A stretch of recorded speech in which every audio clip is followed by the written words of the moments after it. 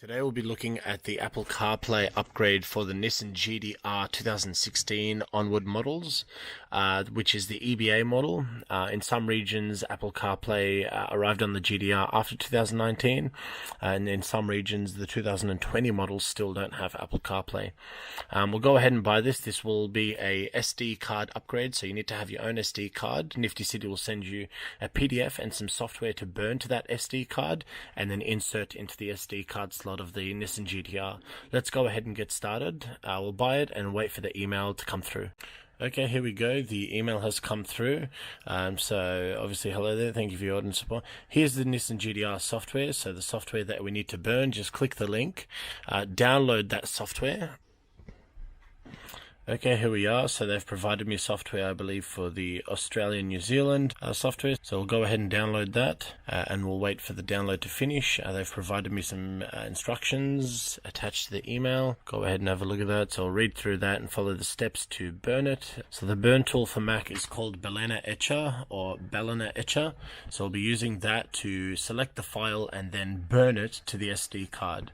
So if I go ahead and open that, you can go ahead and flash from file, and then you can go ahead and select the file, and then select the target, which is the SD card, which should be plugged into the SD port of the computer, and then you go ahead and flash, and it's ready to insert into the GT-R. For Windows, it's the same thing. You just have to download the raw copy tool or the HDD raw copy tool. Same process. You just go ahead and select the file and burn it to the SD card, and then apparently we'll be following these steps to insert the SD card into the GT-R, and then apparently we'll be doing these functions to give us a number that we have to send to Nifty City. They'll return back with a key, and then that key will be applying it or dragging it to the SD card.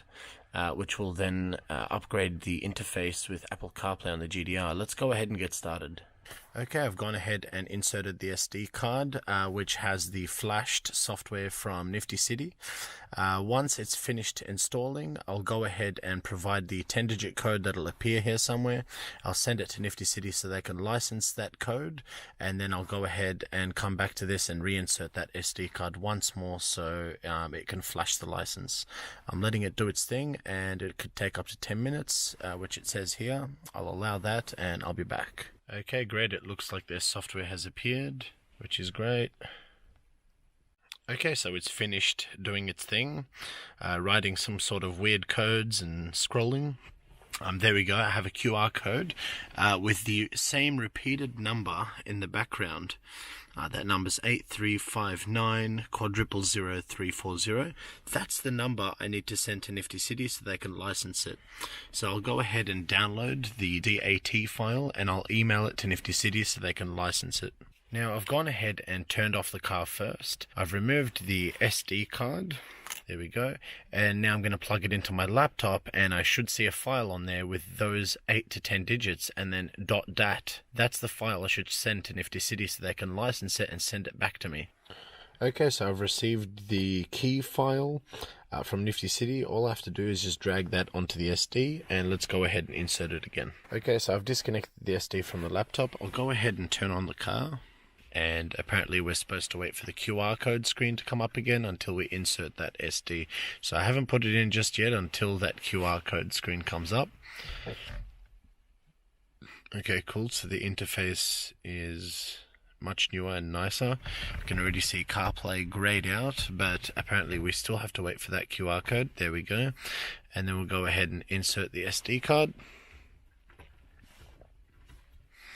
Cool, now it may reboot once or twice apparently, so we'll go ahead and do that.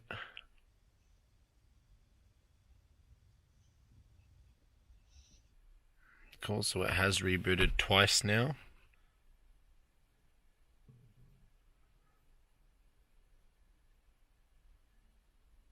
Okay, here's the main menu. If I go ahead and click on Apple CarPlay, it'll tell me to connect the iPhone to USB port number 1, which I've gone ahead and connected the USB cable. I'll go ahead and connect my phone to the USB port. There we go. And then we'll just wait for Apple CarPlay to boot up. Might need to unlock your phone to accept the terms on the phone. Allow. Cool, and there we go. Touchscreen controls and everything else remains. Audio would work like normal. Cool, and you can still go back using the factory buttons, and then menu to go back to your GT-R menu. Easy as that, guys. I hope my video was helpful. You guys enjoy that, and let me know if you're getting yourself a upgrade.